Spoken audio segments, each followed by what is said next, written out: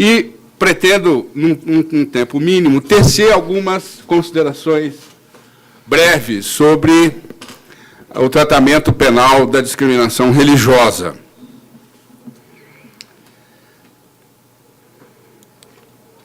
E eu acho que vou ficar em pé, porque eu acho que assim está muito desconfortável. Ou então, talvez, fique um pouco mais gelado, porque... Deixa eu... Posso ficar em pé? Pois. Ah, é?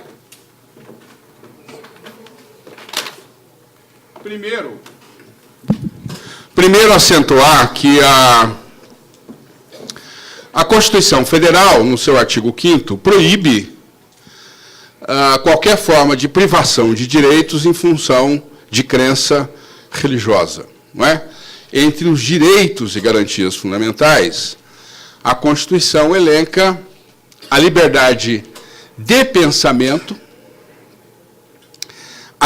e como substrato da liberdade de pensamento, a liberdade de crença, que do ponto de vista da dogmática constitucional é mais ampla do que a liberdade religiosa. Porque a liberdade de crença inclui o direito de não crer. Enquanto a liberdade religiosa significa o direito de optar, o direito de não ser coagido, o direito de não ser, de nenhuma forma, objeto de qualquer coerção, estatal ou não, no campo da crença religiosa, ou da adesão da profissão religiosa, a Constituição, portanto, tutela a liberdade de pensamento, a liberdade de crença e a liberdade religiosa. Liberdade religiosa. E exatamente nesse dispositivo que reside a figura da objeção de consciência, que cada vez mais vai adquirindo importância. Eu fui demandado para escrever um parecer recentemente, porque médicos de hospitais que atendem mulheres grávidas, cuja norma penal lhes assegura o direito ao aborto legal. Esses médicos estavam interpondo a figura da objeção de consciência para não serem obrigados a praticar o aborto legal. E o governo federal acabou de regulamentar essa matéria. Né? Então, veja que a objeção de consciência vai sendo cada vez mais utilizada e cada vez mais sustentando teses como essa, por exemplo. O médico não quer se ver obrigado a praticar o aborto quando aquilo ofende um valor religioso seu. E a previsão genérica do artigo 5º, inciso 41, é: a lei punirá qualquer discriminação atentatória dos direitos e liberdades fundamentais.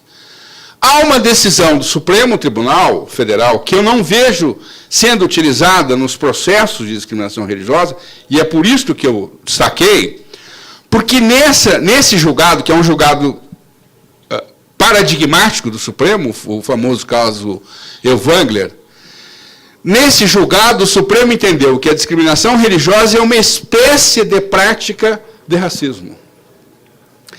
E do ponto de vista da dogmática penal, isto tem enorme relevância. Porque a discriminação religiosa, sendo qualificada como espécie de prática de racismo, significa que ela é gravada pela etiqueta da imprescritibilidade, da inafensabilidade, e foi o caso apreciado pelo Supremo. O Supremo julgou o caso de um editor de livros do Rio Grande do Sul, o Elvangler, que publicava livros negando a existência do nazismo e dizendo que se houve algum problema na Alemanha, nos anos 40, foram os judeus que provocaram o problema. Que se havia algum pensamento fascista, esse pensamento era dos judeus e não dos nazistas. Então, o Supremo teve que enfrentar uma série de questões, inclusive se a liberdade de expressão permite ao sujeito falar o que ele bem entende. Se a liberdade de expressão é um direito absoluto, porque muita gente entende que a liberdade de expressão é um direito absoluto. Liberdade de expressão, ele pode falar o que ele bem entende, inclusive cometer crimes. E o Supremo, obviamente, como é da jurisprudência da nossa Corte Constitucional, o Supremo disse: inexiste direito absoluto. Especialmente direito textualmente previsto na Constituição. qualquer direito deve ser interpretado de forma harmônica com demais, com conjuntos, o sistema de direitos constitucionais. Mas o que é importante nesse HC 82424 do Rio Grande do Sul, cujo relator foi o ministro Maurício Correia, neste julgado, o Supremo chegou ao entendimento, então, de que escrever, editar, divulgar e comercializar livros fazendo apologia de ideias preconceituosas e discriminatórias contra a comunidade judaica constitui crime de racismo. Portanto, quando nós estivermos litigando com discriminação religiosa, é lembrar que, por interpretação do Supremo Tribunal Federal, discriminação religiosa é uma espécie de crime de racismo. Portanto, imprescritível e inafiançável. Não é? Não é... Até essa decisão do Supremo se entendia que a discriminação religiosa estava regulamentando o dispositivo do artigo 5º, inciso 41. A lei punirá qualquer discriminação atentatória. Mas, com essa decisão do Supremo, ela passa a ter, então, a etiqueta, o gravame da imprescritibilidade e da inafiançabilidade. Um outro aspecto importante, ainda com contornos constitucionais, é que a Constituição Federal, a partir do chamado incidente de deslocamento de competência, que é uma figura que entrou no texto com a emenda constitucional número 45, a Constituição passou a abrigar os chamados crimes de repercussão internacional. É uma figura nova, Os crimes de repercussão internacional. O que são esses crimes de repercussão internacional? Ou de repercussão interestadual? São crimes que o Brasil se obrigou a reprimir por força de tratado internacional. Muito embora o Código Penal, que é de 40, o Código de Processo Penal também já previam, já atribuíam aos tratados e às convenções internacionais um papel proeminente no desenho da norma penal, ou seja, tanto o Código Penal quanto o Código de Processo Penal já no início reconhecem que a tipificação que eles contêm não excluem tipificações decorrentes de tratados internacionais, mas, além disso, com o incidente de deslocamento de competência, passou a ter abrigo constitucional a ideia de crimes de repercussão internacional. Esses crimes de repercussão internacional, do ponto de vista da repressão de crimes dessa natureza, tem uma importância capital. Porque, muitas vezes, o sistema penal entende que a discriminação religiosa é algo de só menos importância. Tem lá vários crimes para investigar, para promover inquérito, para denunciar, para julgar. Então, se entende que esse crime, né, doutor e tal, quem sabe numa conversa os senhores não resolvem isso. Não é assim? Quantos de nós aqui, possivelmente, já tivemos experiência desse tipo? E o fato da discriminação religiosa ser catalogada como um crime de repercussão internacional significa que, se de alguma forma houver procrastinação indevida por parte da Justiça Estadual, eu posso promover o deslocamento, requerer, no caso, ao Procurador-Geral da República, que promova o deslocamento da matéria para o âmbito da Justiça Federal. Então, vejam aqui, a Convenção Internacional sobre a Eliminação de Todas as Formas de Discriminação Racial prevê que o Brasil ratificou em 69, previa já que era um compromisso do país tornar a discriminação religiosa delito. Essa é a figura do chamado delito de repercussão internacional. Vejam aqui, de conformidade com as obrigações fundamentais, os Estados partes comprometem a proibir e eliminar a discriminação racial em todas as suas formas, inclusive o direito à liberdade de pensamento e liberdade de religião. Há outros tratados internacionais que disciplinam a matéria da discriminação religiosa. Inclusive outros tratados internacionais que preveem a repressão ao crime de discriminação religiosa. Eu quis destacar esta convenção até pela familiaridade que eu tenho com ela. Mas o Pacto de São José da Costa Rica também. O que significa que, na inércia ou na omissão da jurisdição interna da jurisdição nacional, a vítima pode recorrer à Corte Interamericana de Justiça na Costa Rica para tentar, então, obter um pronunciamento em relação à violação de direitos fundada em discriminação religiosa. Então, está aqui o chamado IDC, Incidente de Deslocamento de Competência, que é exatamente isso. Quando se tratar de crime que o Brasil se obrigou a reprimir por força de tratado internacional, eu posso, na inércia, na procrastinação, na hipótese de procrastinação, ou omissão da Justiça Estadual, requerer ao Procurador-Geral da República que desloque, que avoque a matéria para o âmbito da Justiça Federal. Na verdade, isso não é uma novidade. Há uma lei que dispõe sobre as infrações penais de repercussão interestadual, que é de 2002, que já previa, ainda antes do incidente de deslocamento de competência, que nessa hipótese de crime de repercussão internacional, eu entendo, inclusive, estão aqui criminalistas de escola que podem falar sobre o tema com propriedade, eu entendo que basta, com base nessa lei, a vítima peticiona ao ministro da Justiça, requerendo que o caso seja assumido pela Justiça Federal, o que aumenta a chance, a meu juízo, aumenta a chance para que o crime não fique impune, que é um dos problemas que nós sabemos bem que afeta esse tipo de crime. Há uma definição, muito embora não seja uma definição penal, mas há uma definição desta própria convenção, segundo a qual, para o fim, essa declaração da ONU, de 78, que é uma declaração para a eliminação de todas as formas de intolerância e discriminação baseada em religião ou crença, cujo artigo 2º diz, para o fim dessa declaração, a expressão intolerância ou discriminação baseada em religião ou crença significa qualquer distinção, exclusão, restrição ou preferência baseada em religião ou crença, tendo como propósito ou efeito. Isto aqui, do ponto de vista civil, é muito interessante.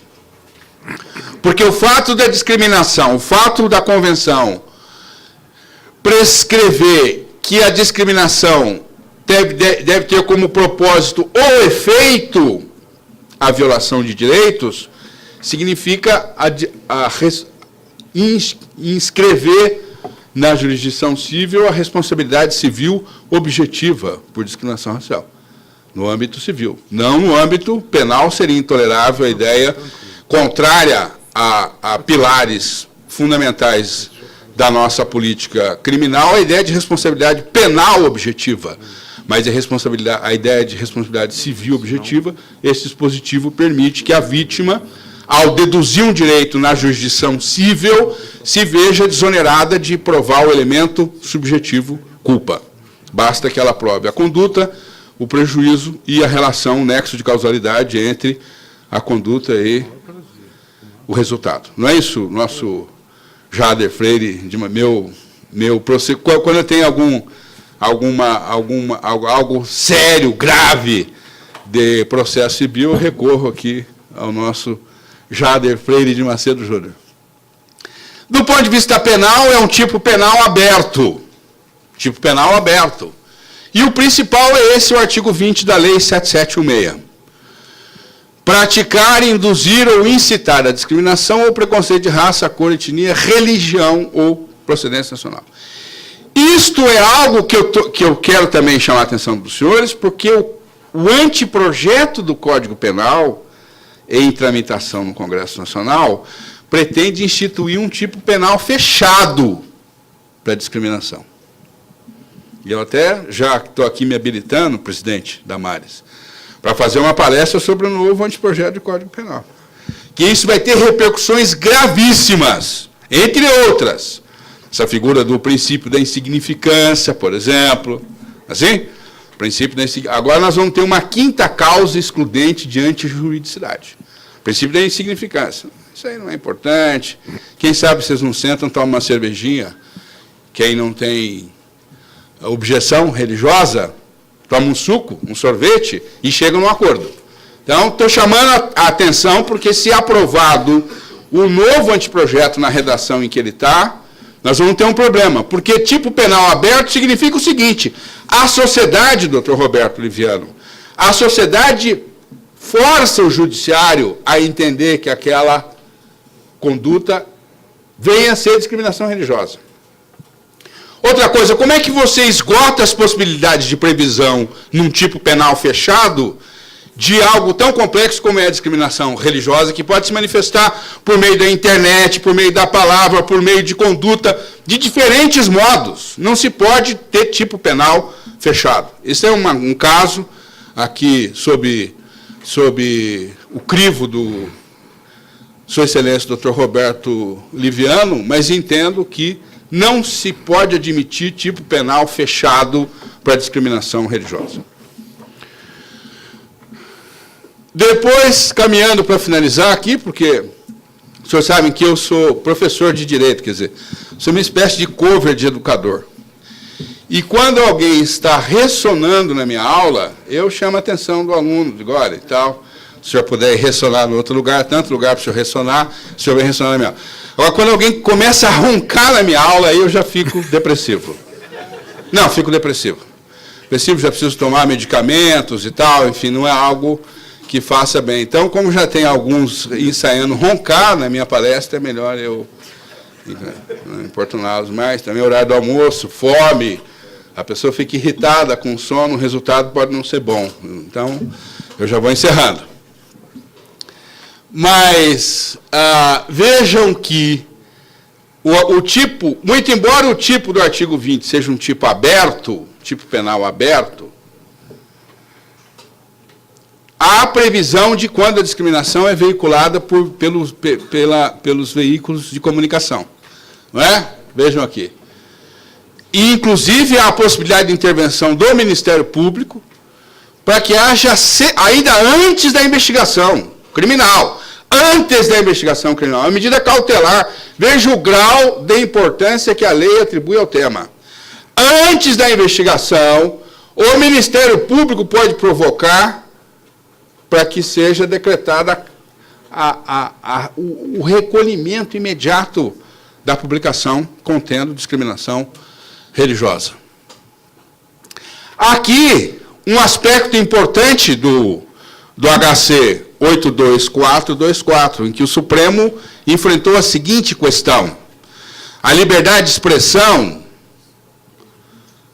abole o direito de não discriminação? Ou seja, em nome da liberdade de expressão eu posso falar o que eu bem entendo? O Supremo disse, obviamente, não pode. O senhor não pode. Liberdade de expressão, garantia constitucional que não se tem como absoluta, limites morais e jurídicos. O direito à livre expressão não pode abrigar em sua abrangência manifestações de conteúdo imoral que impliquem ilicitude penal. Então tem limite. Pode falar, mas não pode falar qualquer coisa. Que eu entendo que num país plural, do ponto de vista como é o Brasil, a democracia deve assegurar a convivência harmoniosa, respeitosa entre todos os credos religiosos. A narrativa religiosa, nós as conhecemos, os que professam, os que não professam. A narrativa religiosa se sustenta na ideia de que aquela interpretação é a verdadeira. Se não é a verdadeira, é a melhor. Não há nenhum problema em que o sujeito diga isso. O que não se admite é que ele, em nome desta verdade na qual ele acredita, ele viole direitos de terceiros. Aí já não é admissível. Depois lembrar que tem a injúria qualificada por discriminação religiosa, não é? O artigo 140, uma alteração importante do final dos anos 90. Em 2012, ainda uma outra alteração importante, porque, como em regra os crimes contra a honra, a ação penal é de natureza privada. em regra, os crimes contra a honra. Porque no caso de injúria real, no caso de injúria contra funcionário público no exercício da função, ou crimes contra a honra contra o presidente da República, a ação penal, então, é condicionada à representação. Mas houve uma alteração no Código Penal, na hipótese de injúria qualificada por discriminação religiosa, a ação penal passou a ser condicionada à representação. Ação pública condicionada à representação. E aí, a meu juízo, atrai a incidência da súmula 714 do Supremo. Porque na súmula 714, o Supremo instituiu essa figura única, eu acho, professor Ivete, da legitimação concorrente, legitimação alternativa, doutor Oliviano, não é isso? A vítima ingressa com a queixa-crime, ou ela representa o Ministério Público, e o Ministério Público propõe a ação penal. Como a lei passou a dar à injúria qualificada o mesmo tratamento dos crimes contra a honra de funcionário público no exercício da função, eu entendo que, no caso de discriminação religiosa, também é hipótese de legitimação concorrente, alternativa. Ou o Ministério, a vítima, se quiser, ela própria atravessa a rua e vai ao judiciário, se tiver condições para isso. Se não quiser, procura o doutor Liviano, representa o Ministério Público e ingressa com a ação penal. Né? Então, do ponto de vista processual, a meu juízo, se ampliou as possibilidades de defesa da vítima de discriminação religiosa. Depois, também chamar a atenção que o novo anteprojeto de Código Penal elimina um capítulo que o Código tem hoje, que é do crime contra o sentimento religioso, que é uma confusão também que as pessoas fazem. O Estado laico não quer dizer Estado irreligioso, Estado contra a religião. A proibição que o Estado laico deve observar é de não promover o fato religioso, mas ele é obrigado a respeitar o fato religioso, inclusive o sentimento religioso. E o novo Código Penal suprime essa figura dos crimes contra o sentimento religioso. Então, também estou destacando aqui para chamar a atenção para a importância, doutor Samuel Luz, de ficarmos atentos ao novo anteprojeto de Código Penal. Depois, também lembrar que o crime de tortura, o crime de abuso de autoridade prevê como circunstância elementar a discriminação religiosa. O crime de tortura também contém como circunstância elementar a discriminação religiosa. A figura do genocídio, e terminando, lembrar que, já no texto original da Constituição de 88, o Brasil, por força do artigo 7º do ato das disposições constitucionais transitórias, admitia e declarava a sua submissão a um Tribunal Internacional dos Direitos Humanos, que, com a emenda constitucional 45, agora passou a integrar o rol dos direitos fundamentais. Artigo 5º, parágrafo 3º. O Brasil submete à jurisdição do Tribunal. Aliás, ontem teve um evento no Tribunal de Justiça, promovido pela Escola da Magistratura, que eu não pude ir, abrilhantei o evento com a minha ausência, e estava lá a professora Maria Helena Steiner, que é a nossa representante, com muita dignidade, né, com muita competência, a representante do Brasil no Tribunal Penal Internacional. Silvia Steiner, integrante dos quadros do Ministério Público, foi para o Tribunal Regional Federal por força do 5º Constitucional, e agora a nossa representante no Tribunal Penal Internacional. Então, vejam que a discriminação religiosa é capturada como crime contra a humanidade. Crime contra a humanidade.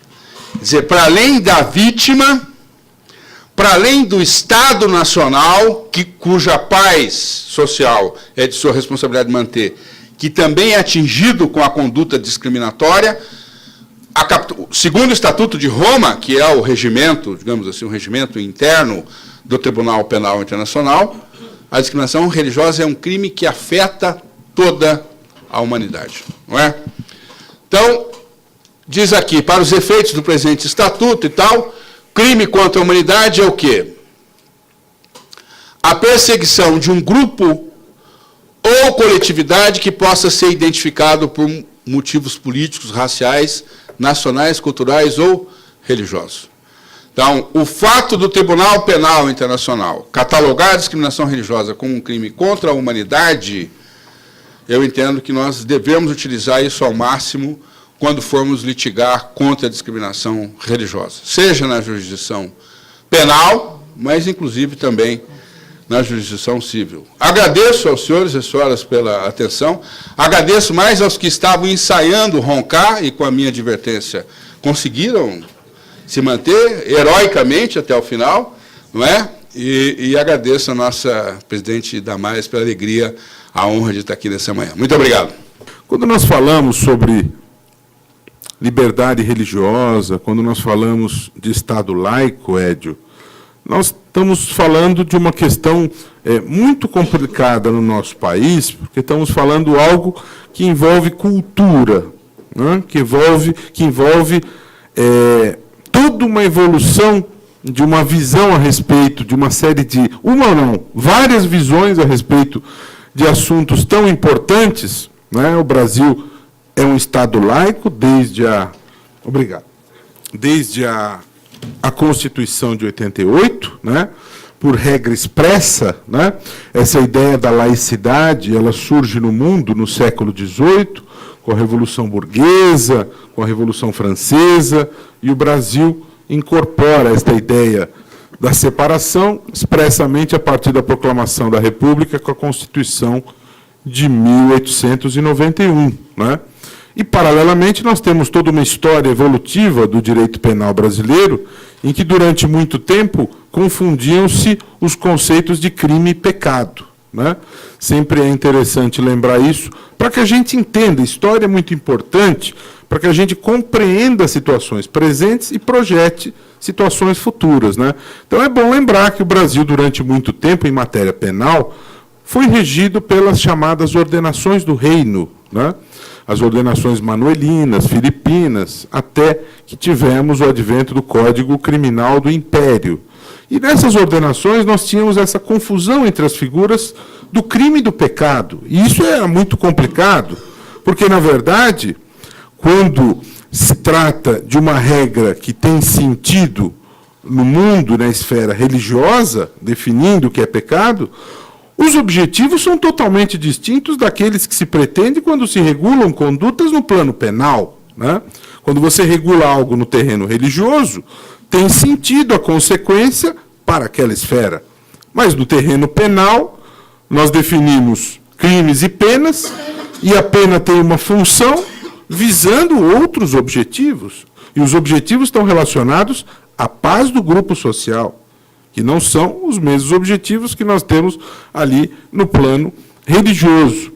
O Brasil fez esta opção pelo caminho do Estado laico em 1889, mas será que isso é realidade concreta? Ontem mesmo eu estava na Assembleia Legislativa do Estado, numa discussão sobre a PEC 01 de 2013, né? E lá a gente se defronta nas galerias com aquele gigantesco crucifixo, né? Na frente do prédio também a gente vê aquele outro gigantesco crucifixo, né? Eu tive a oportunidade, Edio, de elaborar, depois que comecei a me debruçar sobre este assunto, participei de um painel a convite do IBCCRIM e também resolvi, para provocar discussão, que eu acho que isso é o mais importante, resolvi elaborar uma tese para um Congresso Nacional do Ministério Público, a respeito do papel do Ministério Público na defesa do Estado laico. Me parece tema da maior relevância para mim, que já milito no movimento do Ministério Público Democrático há 13 anos, e vejo esse assunto como da maior importância. Esse é um papel relevante do Ministério Público. Essa questão não se esgota em crucifixos, existem uma série de aspectos envolvidos aí, e me parece que, para um grupo de profissionais que tem por essência a defesa da ordem jurídica e do regime democrático, defender o Estado laico é algo extremamente importante. tal qual não foi a minha surpresa nesse congresso a encontrar um colega que elaborou tese em sentido antagônico. E debateu comigo usando argumentos radicais, dizendo, sem que isso correspondesse à verdade, que a minha tese propunha a implosão do Cristo Redentor e o recolhimento do papel moeda do país, que está escrito ali, que confiamos em Deus, que eu proporia a mudança de nomes de várias cidades do país, porque há santos nos nomes das cidades, e todo tipo de argumento rasteiro, né? E as tantas, sem que eu perguntasse, disse que queria deixar muito claro que não era católico. E eu tenho uma ótima relação com os católicos, os respeito a todos, e a todos aqueles que não têm religião também, que têm o mesmo direito e são tão cidadãos como aqueles que são católicos. Na democracia, a maioria escolhe o governante. E ele escolhido governa para todos, e não para a maioria. Portanto, aquele argumento que o Brasil é um país predominantemente católico é um argumento vencido, né? E a Constituição de 88 deixa muito claro que nós precisamos de instrumentos jurídicos para a proteção das minorias, porque senão elas serão massacradas, senão nós teremos desrespeitos crônicos aos direitos fundamentais, né? E as minorias devem ser respeitadas, uma democracia governa-se para todos. Pois houve este debate, foi o maior debate daquele congresso, foi em Florianópolis, né? E eu fui massacrado na votação. A maioria esmagadora dos presentes naquela comissão votou contra a minha tese. E a essência das intervenções que houve ao longo do debate foi no seguinte sentido: há coisas mais importantes para o Ministério Público fazer. Deixa o crucifixo lá, que ele não está incomodando ninguém. Como se as coisas se resumissem a crucifixos, não é? Existe investimento de dinheiro público no país afora, um país continental, para reformas de igrejas, né? E algumas delas realmente podem integrar o patrimônio histórico. Podem, né? Mas eu não sei de dinheiro público para o candomblé, eu não sei de dinheiro público para Umbanda. Eu nunca ouvi falar que se investisse dinheiro público no restauro de sinagogas ou de quaisquer outros templos. Nunca ouvi falar a respeito disso. Mas se fala em uso de dinheiro público para a reforma de igrejas, algumas integram o patrimônio, mas nem tanto assim, né? Mas eu fiquei perplexo com aquele encaminhamento naquele congresso. Depois fiz uma articulação, havia uma segunda etapa, e havia a plenária, em que as conclusões eram examinadas na plenária. E por um voto não consegui derrubar aquela rejeição, né? Interessante que a bancada paulista, os delegados de São Paulo, todos contra mim. Quem levantou destaque para a plenária foi o Paraná, né? Então, porque o Ministério Público de São Paulo, Édio, é muito conservador, né? Tem gente que, inclusive, não gosta do movimento do Ministério Público Democrático, que diz, que história é essa de movimento do Ministério Público Democrático? Existe algum Ministério Público que não seja democrático? E existe. Um membro do Ministério Público, por exemplo, no caso do coronel Biratã, do Carandiru, quando ofereceu parecer na Procuradoria, diz que o caso não deveria ser levado a júri, porque aquilo não foi um massacre. Teria sido uma operação militar perfeita, porque não houve baixas entre os PMs. Este indivíduo não tem compromisso com a democracia, com certeza, né? Então, o movimento do Ministério Público Democrático existe, porque existe um compromisso radical com a democracia, né? E nem todo mundo fica agradado com isso. Nem todas as nossas posições são muito interessantes. Nós, por exemplo, no nosso estatuto, temos ali um objetivo institucional de trabalhar pelo fortalecimento da defensoria pública. Alguns ficam perplexos, porque nós nos preocupamos com acesso à justiça. E temos clareza que defensoria pública forte é acesso à justiça alargado. Então, houve uma discussão quando uma mudança na lei orgânica da defensoria permitiu a eles propor ação civil pública. Muitos gritaram que isso era uma invasão do... Mas se uma organização ambiental, uma associação de amigos de bairro, pode propor ação civil pública, por que a defensoria pública não vai poder propor ação civil pública? Será que o Brasil é um país tão justo, já nos aproximamos dos padrões da Nova Zelândia, da Suíça, da Holanda, que não existe miséria e desigualdade para as ações civis públicas da Defensoria serem propostas? Eu acho que não é esta bem a realidade. Mas, retornando para a nossa questão, eu tenho muitas das preocupações que eu ouvi aqui expostas pelo professor Edio, também são comuns, viu, Edio? Eu me preocupo muito com este projeto de Código Penal. Aliás, eu e muitas outras pessoas e lideranças, nós organizamos um movimento questionando este projeto, que foi construído sem debate. A comunidade acadêmica não foi ouvida adequadamente, não houve discussão com os operadores. O projeto que é chamado Projeto Sarney, ficou a impressão que se quer apenas entrar para a história como um reformulador do Código Penal. Isso precisa ser muito debatido. Me preocupo realmente com o tipo penal fechado, num crime como este, que é de difícil concretização. Né? Falamos aqui da liberdade religiosa, mas nós temos a questão racial também, Edio. Eu, quando promotor criminal da Barra Funda, tive um caso em que uma diretora de escola chamou a professora de macaca. Né? E tinha, inclusive, um advogado de um dos movimentos negros lá presente, fizemos lá o nosso trabalho, eu com muita energia sustentando a acusação, né? E a ré, com uma atitude irônica, dando risada, a advogada também, diz, não, macaco, eu quis dizer que ela é hiperativa, então macacos pulam muito, não houve um objetivo racial e nós sabemos bem que a coisa não é por aí. Né? Mas o fato é que eu percebo claramente, na postura do advogado, das pessoas, que é como se isso fosse uma coisa banal, isso não é tão importante, a liberdade religiosa não é tão importante. Né? Então, eu acho de extrema importância essa discussão aqui, porque nós estamos falando de um problema que, no fundo, é um problema cultural. Né? A questão do respeito à liberdade religiosa, a questão da tolerância, né? A questão do respeito às pessoas de outra etnia, de outras origens, tudo isso é extremamente importante que se discuta. Né? Achei importante essa referência também que o doutor Ed fez em relação a este crime como um crime contra a humanidade, e é sempre bom disseminar isso, né? Porque nós temos estas categorias claramente definidas, e o Estatuto de Roma veio em boa hora, trazendo proteção, porque muitas vezes os países não têm a necessária força para reprimir essas condutas. E sempre que isso acontece, nós temos a salvaguarda internacional, o Tribunal Penal Internacional, que, muito boa hora, o Estatuto de Roma trouxe. Aliás, no que me diz respeito, como promotor de justiça, devo lembrar que no artigo 15, o Brasil fez uma opção clara, lá em 2003, por um Ministério Público que investiga.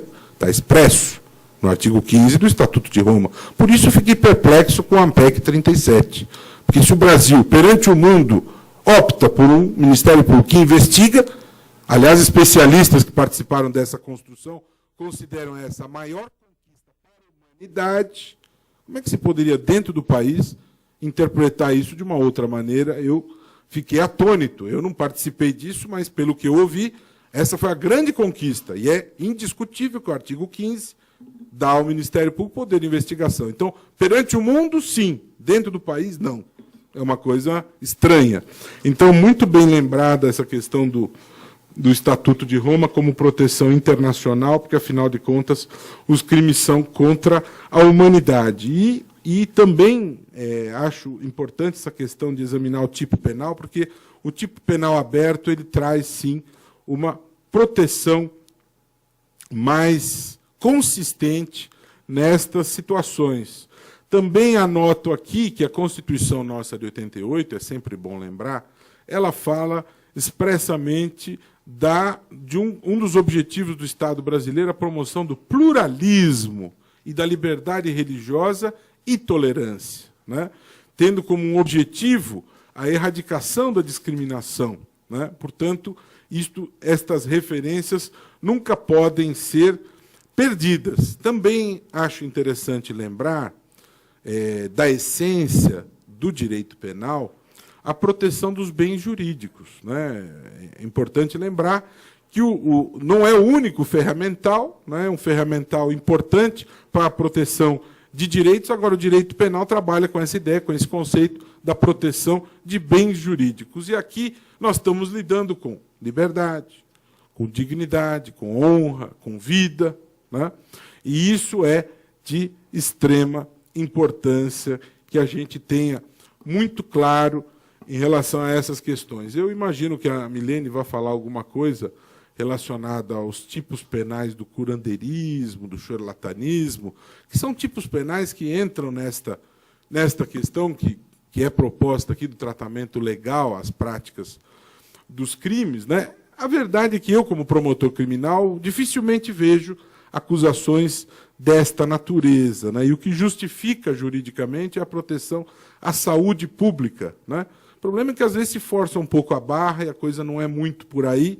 E o que não se pode é usar o direito penal como instrumento para reprimir as práticas relacionadas à liberdade religiosa. Não se pode permitir que se dissemine o discurso do ódio, né? A disseminação do discurso do ódio, que, aliás, com muita felicidade, a Milene trata no seu trabalho de mestrado, que eu tive a oportunidade de examinar, e coloca isso com muita propriedade, assim como a importância da Lei 7.716 de 89, como um instrumento importante para a proteção destes direitos.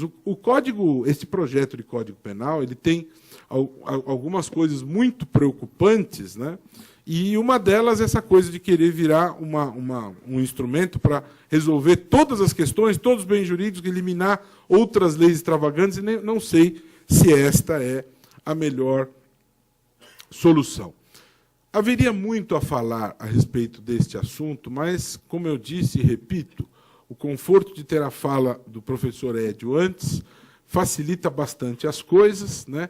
A abrangência técnica profunda é de todos conhecida, e eu vim fazer algumas provocações em relação a alguns pontos que me parecem relevantes para complementar esta proposição que o professor Edio fez, elogiar a Ordem dos Advogados por organizar esse que é o terceiro já Congresso Estadual de Liberdade Religiosa da OAB. É extremamente importante debruçar-se a respeito disso. O movimento do Ministério Público Democrático já teve a oportunidade de organizar um seminário latino-americano sobre a questão da laicidade do Estado, em que nós trouxemos alguns promotores para despertar nos promotores para este tema pela sua importância. E saiba que foi difícil obter do Procurador-Geral autorização de afastamento para que os promotores participassem. Para torneios de tênis, consegue-se facilmente. Para um seminário relacionado à laicidade do Estado, não foi tão fácil assim. Tivemos que fazer um trabalho de bastidor, um trabalho político, para que, ao final, houvesse esta liberação, para que se provocasse esse tema. Isso mostra que a montanha a ser escalada é uma montanha alta, né? O sistema de justiça ainda precisa avançar muito no enfrentamento desta questão. Mas a gente vai procurando fazer a transformação, espalhando sementes, não é, Edio? Como está fazendo aqui a OAB, como você fez na sua exposição, e tenho certeza que todos vocês que estão hoje aqui, com certeza multiplicarão isso, chamarão a atenção para este tema, para que nós possamos dar e difundir a devida importância a esta questão tão importante da liberdade religiosa, como de todas as outras liberdades. Não permitirmos que estas liberdades sejam desrespeitadas, né? Não permitirmos o apequenamento destas questões como se fossem menores, né? Essa questão das pequenas causas da Lei 9.099, precisamos tomar muito cuidado, né? Criou-se um instrumento para facilitar, para melhorar a distribuição de justiça, mas não se pode permitir a subversão disso, transformando na minimização de algo em que o bem jurídico é extremamente importante e que deve ser zelado por todos nós. Muito obrigado pela atenção de vocês e, mais uma vez, parabéns aí pela OAB, pela organização desse congresso estadual. Eu não vou poder ficar muito, eu já peço licença à mesa, eu tenho um voo para Teresina daqui a pouco, em que eu vou falar aos novos promotores sobre o legado da PEC 37, outros temas, é uma nova geração de Ministério Público que vem, recebi esse convite, e precisarei ir ao Piauí fazer esse compartilhamento aí de informações. Agradeço a atenção, logo vou precisar me retirar. Obrigado.